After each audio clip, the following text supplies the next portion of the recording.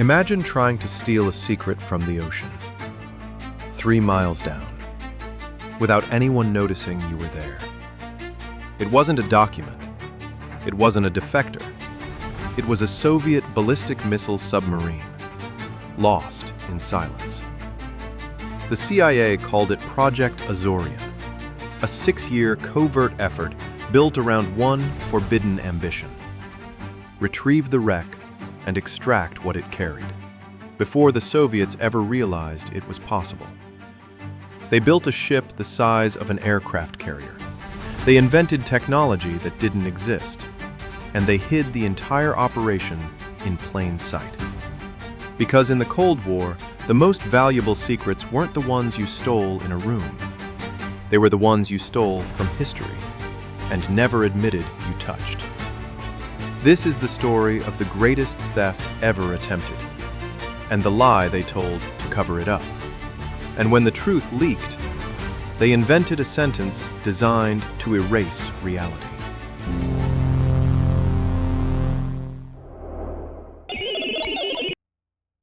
The story begins in 1968.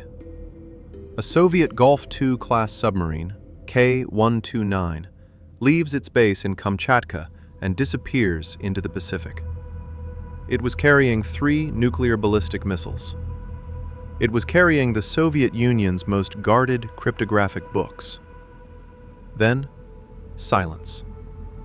No distress call, no survivors, just absence. The Soviets panicked. They launched a massive search fleet. Submarines, destroyers, and trawlers swept the North Pacific for weeks. But they were looking in the wrong place, and they found nothing. Eventually, the Soviet High Command assumed the sub was lost with all hands. They declared the search over and returned to port. But the Americans were watching. The US Navy had a secret weapon the Soviets didn't know about: SOSUS, the sound surveillance system. A network of hydrophones on the ocean floor listening for Soviet propellers. They reviewed the tapes. They heard a single catastrophic acoustic event. They triangulated the sound. While the Soviets searched thousands of miles of empty ocean, the Americans put an X on the map. Because if the Soviets found it first, they'd change codes overnight, and the window would close. K-129 lay on the seabed, roughly 1,500 miles northwest of Hawaii. The depth was 16,500 feet, 3 miles down. At that depth, the pressure is immense, enough to crush a human body instantly. Recovery was supposed to be physics-defying fantasy. But the intelligence community saw an opportunity that justified the impossible. They didn't just want the hull, they wanted the crypts, the codebooks and cipher machines. If the NSA could read the Soviet naval codes, the balance of power would shift overnight. They also wanted the SSN-5 missiles. To understand the enemy's nuclear capability, you have to hold it in your hands. But there was a catch. Under international maritime law, a sunken military vessel still belongs to the sovereign nation. If the US was caught touching it, it would be an act of war. They couldn't just salvage it. They had to steal it. And they had to do it with a ship so large it could be seen from space. You can't build a giant recovery ship without attracting attention. So the CIA needed a cover story. A lie big enough to hide the truth. They needed a billionaire, an eccentric, someone known for crazy, expensive projects. They needed Howard Hughes. A man so secretive the public already expected shadows. The CIA approached Hughes with a proposition: lend us your name. They announced that Hughes was building a revolutionary ship to mine manganese nodules from the ocean floor. It was the perfect camouflage. Deep-sea mining was the AI of the 1970s. a futuristic industry everyone expected to boom. If the ship looked strange, well, that was just Howard Hughes being Howard Hughes. They called the ship the Hughes Glomar Explorer. The media ate it up. They wrote articles about the potential of ocean mining. They photographed the ship. They speculated on the profits. They never realized that the mining equipment was actually a giant claw designed to grab a submarine. The CIA had hidden a classified operation inside a press release. The ship wasn't the weapon. The weapon was hidden inside it. The Glomar Explorer was built with a massive internal hangar called the Moon Pool. The floor of the ship could open up, allowing a capture vehicle to be lowered into the ocean without anyone seeing what it was. They called the capture vehicle Clementine. But they had another problem. How do you load a massive, secret claw onto the ship in broad daylight? They built a submersible barge, the HMB-1. They loaded Clementine onto the barge in a covered hangar. Then, they towed the barge out to sea and sank it.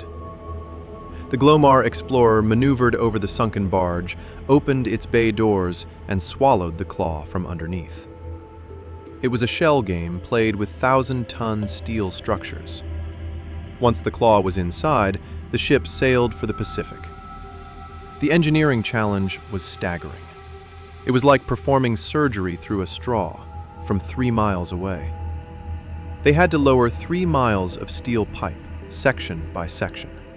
They had to keep the ship perfectly still in the open ocean using dynamic positioning thrusters. If the thrusters failed for even a few seconds, the pipe wouldn't just break, it would shear the ship in half. In the summer of 1974, the Glomar Explorer arrived at the site. The recovery began. Day after day, the crew lowered the pipe string, 60 feet at a time. It was slow. It was loud. It was terrifying. Soviet spy ships circled the area. They watched. They hailed the Glomar. But the cover story held. "We're just mining," the Americans said. Finally, the claw reached the bottom. Operators watching on grainy sonar screens guided Clementine over the wreck. The massive steel fingers closed around the hull of K-129. The lift began. For the first few thousand feet, it worked. The prize was coming up. But physics is a cruel enemy. The submarine was fragile. It had been damaged in the implosion. As they lifted it through the water column, the stress became too much. About halfway up, the unthinkable happened. Not a snap, a slow tearing you can't stop. A catastrophic failure of the hull structure. The submarine broke apart. 2/3 of the wreck slipped out of the claw and plummeted back into the darkness. The missile bay, the code room, the bridge. Gone. The CIA was left with only the forward section, the nose of the sub. They hauled what was left into the moon pool. It wasn't the intelligence bonanza they had hoped for, but the ocean had given them something else. Inside the wreckage, they found the bodies of 6 Soviet sailors. The men they had technically stolen from their graves. The CIA faced a moral dilemma. They couldn't return the bodies without admitting the theft, so they did the only honorable thing left. They conducted a formal military burial at sea. No cameras for the world, only one camera for the file. They played the Soviet national anthem. They read the service in Russian and English. It was a moment of surreal Cold War chivalry. American spies honoring their enemies in the shadow of an operation that officially did not exist. The bodies slid into the water, returning to the deep. The mission was a partial failure, but the secret was safe. Until it wasn't. In 1975, journalists got wind of it. And once major papers started pulling the thread, the story wouldn't stay buried. The CIA director personally called the editors, begging them to kill the story for national security. But the dam broke. The world learned that the mining ship was a spy ship. The CIA was flooded with Freedom of Information Act requests. Did you steal the submarine? If they said yes, it was an admission of an act of war. If they said no, they were lying under oath. So they invented a third option. They issued a statement. We can neither confirm nor deny the existence of the materials you request. It was a masterstroke of legal evasion. The Glomar response, a phrase born from a submarine theft that now defines modern secrecy. Project Azorian cost $800 million in 1974. That's $4 billion today. Critics called it a waste, a billion-dollar claw that dropped the prize. But intelligence agencies play a longer game. It proved that the ocean floor was not safe. It proved that no secret is too deep, too heavy, or too protected to be reached. The Glomar Explorer was eventually scrapped. The rest of K-129 still lies on the bottom, holding its nuclear secrets. But the operation left a permanent mark on the world. The CIA didn't just steal a submarine. They stole the concept of impossible. They proved the deep isn't a grave. It's a vault, and vaults can be opened.